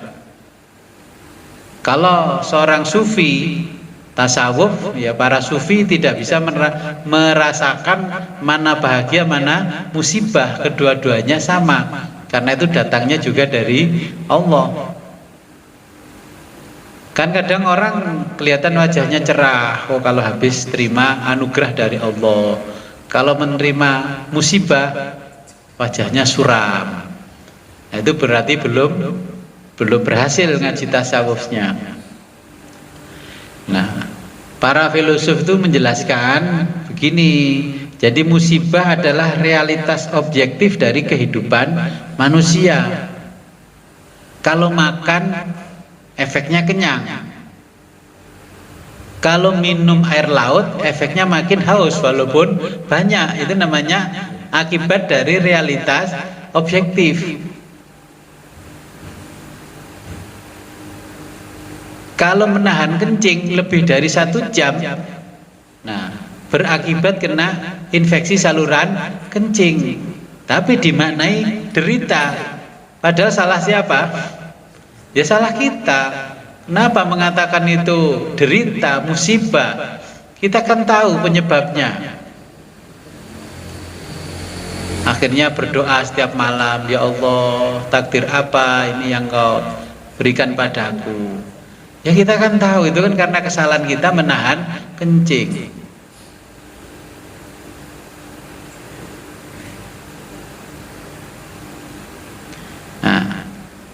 Kata filosof itu adalah jawaban dari Allah atas dirimu. Ya. Kalau kerja capek, istirahat, jangan minum doping. Nanti sakit. Nggak minum doping, Gus, ngopi. Ngopi dalam jangka waktu yang panjang, tiba-tiba diperiksa di rumah sakit, di puskesmas. Kenapa? Darah tinggi. Darahnya tinggi, Gus. Tidak apa-apa, Gus, puskesmasnya depan pintu rumah. Ya kan sama dengan itu. Itu jawaban dari Allah kata para filosof. Ya. Jadi dari perbuatan yang kita lakukan di masa lalu. Nah, filosof itu menjelaskan sebenarnya nggak ada penderitaan, itu nggak ada, musibah yang nggak ada. Itu hanya pictures in our head ini. Hanya gambaran aja di kepala kita. Makan nasi basi itu sama nasi biasa nggak ada bedanya. Makanya orang dulu nasinya basi tetap dimakan, karena dia tahu basi itu hanya perubahan sifat saja, perubahan zat dari nasi. Dimakan ya nggak apa-apa. Kalau orang sekarang ini nggak mau, ini nggak higienis, nggak ini masalah, akhirnya diare.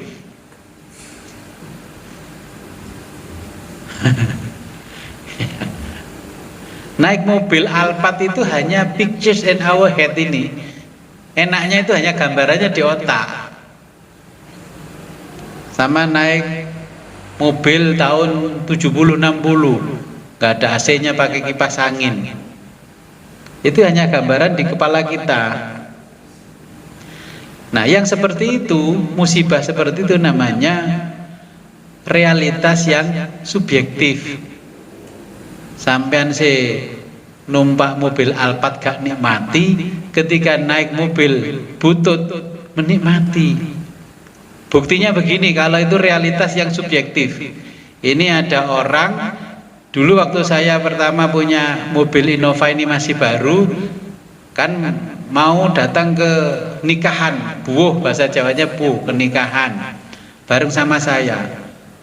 Dia mengatakan begini, saya mau bareng sama kamu, tapi kacanya harus dibuka, nggak usah pakai AC. Loh, iya toh. Aku kalau pakai AC nanti mabuk. Wah, ini berarti subjektif, the picture in her head. Jadi yang ada di kepalanya subjektif mikirnya. Iki lihat ditumpahno mobil mewah mabuk. Ya sudah, kalau gitu sewa kereta kelinci aja, kita berangkat sana naik kereta kelinci. Kereta kelinci ya mesinnya pakai dongpeng, dong dong dong dong dong dong, terus keluar solarnya itu, asapnya itu malah nggak mabuk. Faktanya kan begitu toh. Iya. Sampai saya tanya, kemana itu anak-anak sama ibu-ibu mau ziarah ke makamnya Gus Dur, kok naik kereta kelinci? Orang-orang nggak mau Gus naik mobil mewah mabuk. Loh, itu penderitaan buat kita, tapi kebahagiaan buat mereka. Kita yang bahagia naik Innova, naik Alphard, naik Fortuner, mereka menderita karena nggak kuat AC-nya, mabuk, mules-mules, muntah-muntah. Sampai saya paksa naik mobil saya muntah-muntah, saya menderita. Ngelondrikan jok itu 450.000. Wah, ruangono 200.000 sewa kereta kelinci udah nyampe. Saya ngelondri jok mobil 400.000. Nah, jadi penderitaan tidak ada, adanya cuma gambaran aja di dalam kepala kita. Nah, kenapa Allah memberikan penderitaan kepada kita? Kata filosof itu adalah moral responsibility. Moral responsibility. Jadi itu pertanggungjawaban moral kita di hadapan Allah. Bukan corporate social responsibility, itu tanggung jawab sosial perusahaan. Ini tanggung jawab kita kepada Tuhan kita. Oke, tanggung jawab moral. Makanya kita diberi penderitaan itu supaya itu sinyal kita berhenti untuk melakukan sesuatu yang tidak dikehendaki oleh Allah. Ya. Oke, silakan. Apa? Nah, makanya bahagia itu kan pilihan. Kita pilih bahagia apa pilih menderita. Kadang-kadang tadi seperti yang Pak Budi tadi tanya, kehilangan istri gimana Gus? Loh, dulu bahagia tapi kehilangan istri malah bahagia, bukan penderitaan. Istrinya cerewet, nggak nurut, itu kehilangan kebahagiaan, penderita tapi sebenarnya dia bahagia. Kehilangan tetangga yang luar biasa jahat, alhamdulillah dia sudah dipanggil sama Yang Maha Kuasa. Ya kita bahagia. Ya, jadi ini masih berbicara tentang bahagia di dunia, masih belum di akhirat. Mungkin ada pertanyaan? Ada Gus? Bahagia sejati apa Gus? Ya, siapa dulu ini? Ibu aja dulu, ibu. Ya, silakan. Ya baik Gus, tadi disebutkan di paragraf ini bahwa penderitaan itu sudah Dicatat.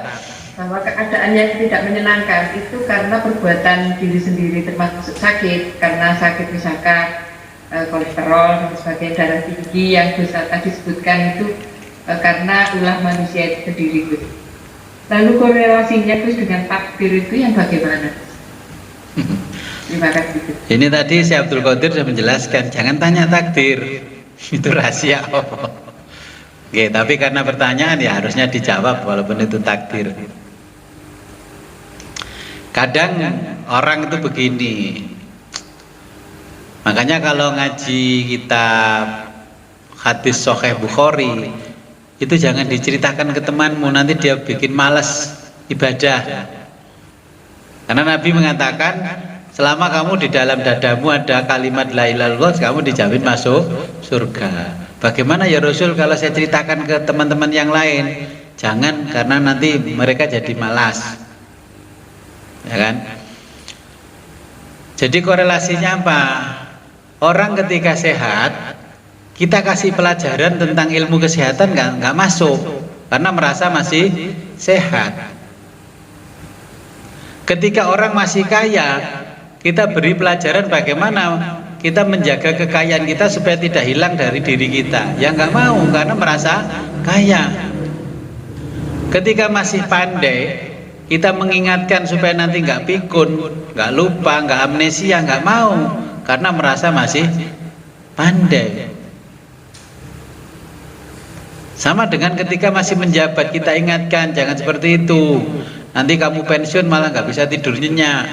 Nah, kenapa ya dikejar-kejar KPK kalau mau caranya begitu? Nah, tapi ya nggak mau juga. Sebenarnya takdirnya Allah kepada manusia semuanya khairihi, baik. Buruk itu adalah karena pertanggungjawaban moral kita yang tidak mengikuti apa yang disarankan oleh Allah. Makanya di dalam kitab tasawuf kita sulit terbuka hijab itu karena kita hanya menghormati syariatnya Allah, tapi tidak pernah menghormati yang punya syariat. Kita kan hanya menghormati aturan-aturan fikih, tapi tidak pernah menghormati Allah. Ya, itu korelasinya seperti itu. Kita nggak pernah menghormati Allah, yang kita hormati hanya aturan fikih yang diciptakan atas dasar pemikiran manusia. Kan dulu sudah disebutkan, Nabi makan daging, tidak makan jeroan. Terus orang sekarang tanya, kenapa Nabi nggak makan jeroan? Lama-lama banyak orang kena asam urat. Baru kata dokter, Bapak jangan makan jeroan ya, Ibu juga jangan makan jeroan. Akhirnya kan menghormati Nabi apa menghormati dokter?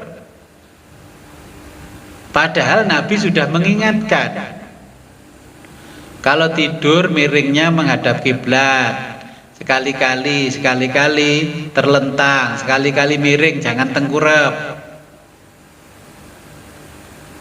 Kok ribet amat, tidur aja diatur. Setelah kena penyakit jantung baru diarahkan dokter, Pak, Bu, nanti tidurnya sekali-kali miring gini ya, sekali-kali terlentang ya. Sebenarnya kita menghormati Nabi apa menghormati dokter? Belum sampai kepada Allah, justru kan yang malah nggak menghormati Allah. Allah mengutus Nabi untuk menjelaskan kepada kita.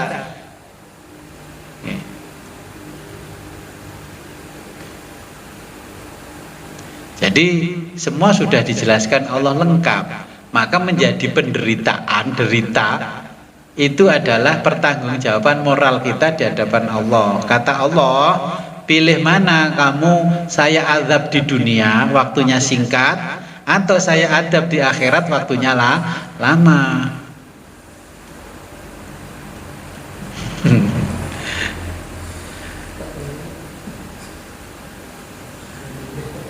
Orang Islam lah ini, makanya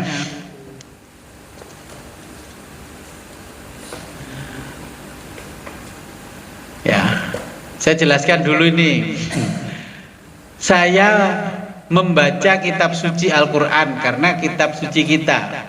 Saya membandingkan membaca Taurat. Saya membandingkan lagi membaca Bible, Injil, sampai saya membaca Bhagavad Gita, itu kitab-kitabnya di situ. Bahagia itu bagaimana sih menurut agama Islam? Bahagia bagaimana sih menurut agama Yahudi?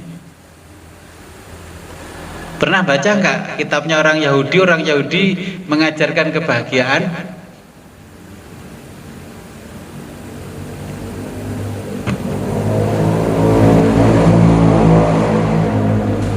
Saya membaca ajarannya orang Yahudi, kalau kamu ingin bahagia patuhilah mitzvotku. Bahasa kita ya syariatku kalau kita ya. Dan lakukanlah semuanya dan kamu mengabdikan dirimu kepadaku. Di situ kamu menemukan jalan-jalan kebahagiaan. Terus orang Nasrani menjelaskan lagi, apa ya korelasinya? Patuhilah firman-firman Allah, nanti kamu akan bahagia. Nah, kalau orang Islam, apa dawuhnya Allah itu? Firman Allah tentang bahagia. Di surat Al-Mu'minun, qad aflahal mu'minun alladzina hum fi sholatihim khashi'un. Orang-orang yang bahagia itu orang yang sholatnya khusyuk. Dan Allah kalimatnya simple, hayyalal falah. Berapa kali sehari? Kita diajak bahagia 5 kali sehari nggak mau. Allah sudah menawarkan kebahagiaan versinya Allah dengan sholat 5 kali sehari. Dengan 5 kali sehari kalau sholatnya khusyuk kita bahagia, nggak perlu traveling kemana-mana. Nanti jadi nervosa kalau kakean traveling, healing. Ya. Jadi sebenarnya apa yang terjadi semuanya ini adalah pertanggungjawaban moral kita. Korelasinya kalau dihitung instrumennya banyak sekali, ya. Contohnya orang terkena penyakit paru-paru, korelasinya apa Gus? Ya kakean ngerokok. Rokok saya nggak kayak orang-orang Gus, saya ngelinting. Bako lintingan hari ini dengan bako lintingan zaman dulu berbeda. Semuanya sudah pakai sintetis obatnya. Seharusnya kan ketika kena penyakit jantung paru-paru gak perlu datang ke dokter kan? Kan sudah tahu itu moral responsibility dari Allah. Kena stroke itu kan moral responsibility karena terlalu banyak kesenangan. Akhirnya menuntut BPJS, katanya penyakitnya nggak di cover ini. Ya sudahlah, itu namanya korelasinya karena moral responsibility. Oke, jadi intinya sama dengan itu. Allah tidak menakdirkan jantung kita, paru-paru kita rusak. Allah hanya mengatakan, sholatlah kalian, itulah caraku melindungi hamba-hambaku dari kerusakan. Kata Allah di Quran, orang-orang yang membuat kerusakan justru bangga, katanya dia adalah yang membuat kemajuan. Gitu. Sekarang di sini ada pabrik minuman kemasan. Dulu orang yang dibeli tanahnya mahal-mahal itu gembira sekali. Ya mungkin bisa bahagia karena bisa umroh, bisa beli mobil, bisa ini. Sekarang sumber mata airnya untuk petani sulit. Ya itulah moral responsibility. Akhirnya mata air di sekitarnya nggak keluar.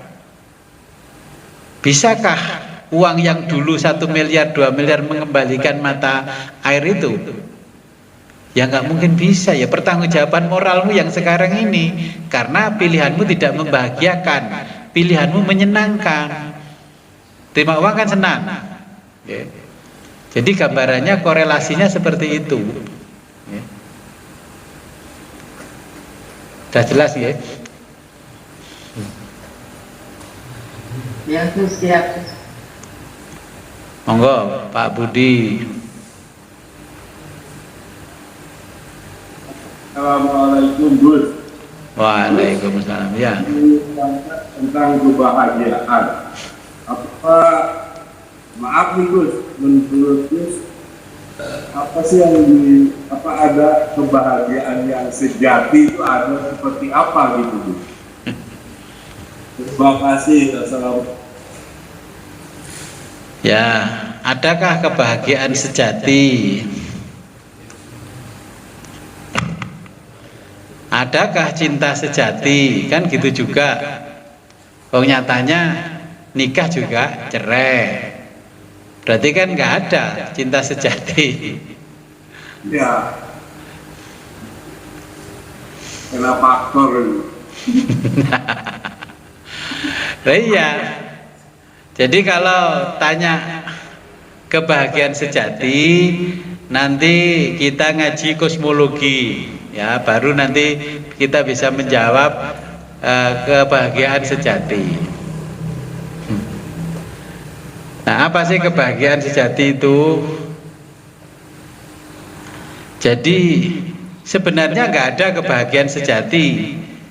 Menurut para filosof, menurut sufi, kebahagiaan itu jebakan. Penderitaan itu juga jebakan. Ketika dulu punya jamaah sedikit, ngajinya santai, bisa zikir wirid lama. Setelah jamaah banyak, itu kesenangan, kebahagiaan dalam hati yang menjadi jebakan. Akhirnya zikir wiridnya kurang, ininya kurang, semuanya kurang. Oke. Dulu ketika jadi karyawan biasa-biasa, ya santai, pulang kerja sore bisa ketemu anak istri di rumah, ngopi bareng, sore jalan-jalan ke taman.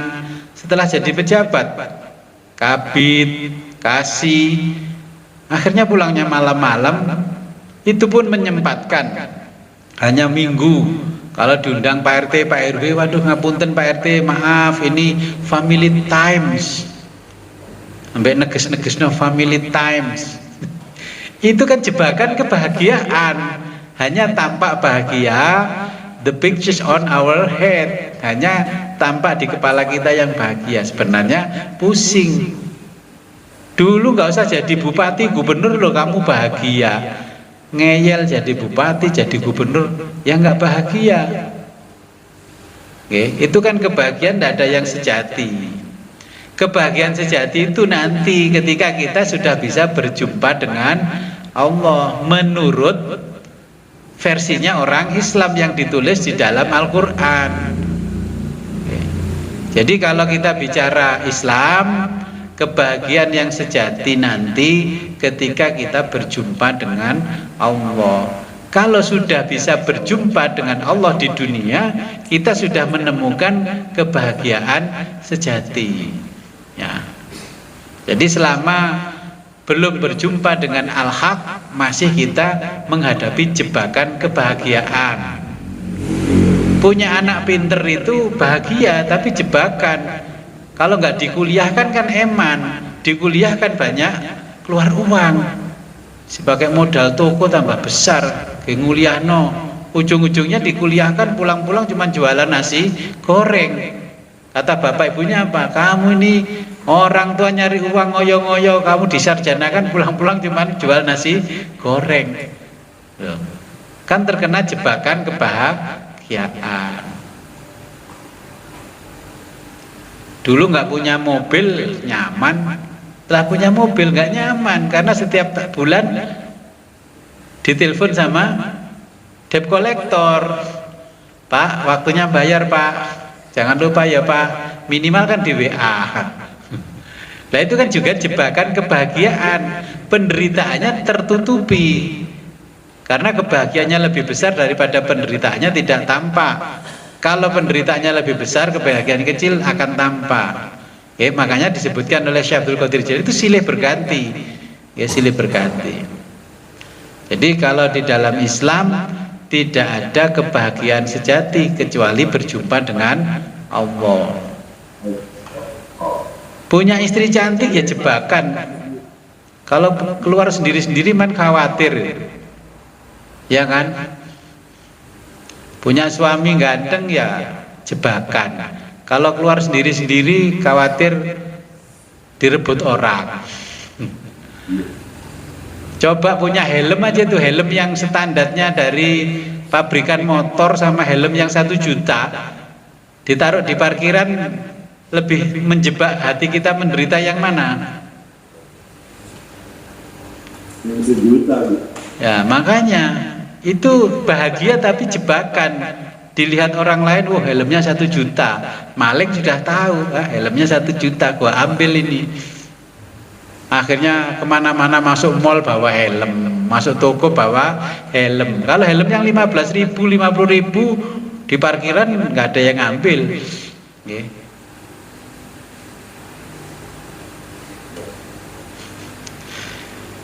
Oke. Ada pertanyaan lagi? Terima kasih Gus. Assalamualaikum. Waalaikumsalam.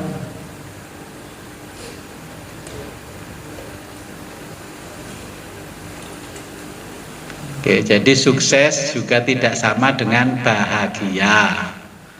Jadi nanti akan menemukan SST, sindrom sukses toksik. Jadi sukses yang merupakan isinya semuanya racun.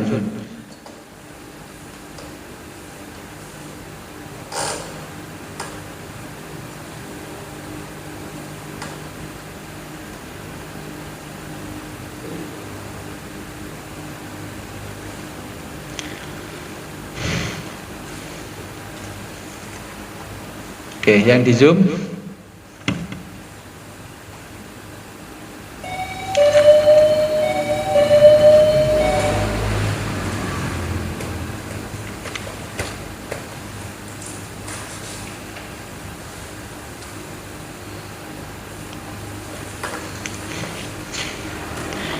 Jadi ini si Abdul Qadir Jailani mencoba menjelaskan kepada kita yang intinya jangan terjebak dengan kebahagiaan, juga jangan terjebak dengan penderitaan.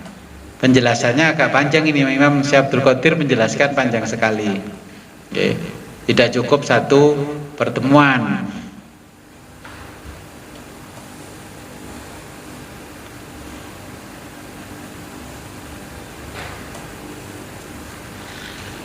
Nah, ketika bahagia, ketika menderita, kita tidak boleh membicarakan penderitaan kita pada orang lain. Karena apa? Kalau kita menyampaikan penderitaan kita kepada orang lain, kata Allah, intinya kamu itu komplain kepada saya. Kamu nggak yakin kalau aku ini Allah yang maha mengetahui. Kita percaya nggak kalau Allah maha tahu? Tapi kan kita nggak pernah itu menyerahkan kepada Allah semua permasalahan kita. Hanya mulut kita aja kalau berdoa, wa ufawwidu amri ilallah. Ya, aku serahkan seluruh permasalahanku kepada Allah. Terus habis sholat, habis berdoa, kok nggak selesai-selesai masalahnya. Kayak jahitkan baju kok nggak jadi-jadi. Ya kan gitu. Makanya jangan berdoa yang aneh-aneh kayak doanya para wali. Wa ufawwidu amri ilallah. Para wali itu kan kalau berdoa, ilahi anta maksudi wa ridhoka madlubi a'tini ridhoka wa mahabbataka wa ma'rifataka birahmatika ya arhamar rahimin. Ya seakan-akan sama lah dengan orang yang saya, oh nggih Gus, iki Gus, ndika dawuh Gus, tapi di belakang musuh. Itu kan kalimat kita kepada Allah kan ilahi anta maksudi dan seterusnya, itu kan kalau bahasa Jawa ya Gus, ndika dawuh Gus, pokoknya kalau Gus yang nyuruh saya pokoknya sami'na wa ata'na ghufranaka rabbana wa ilaikal masir.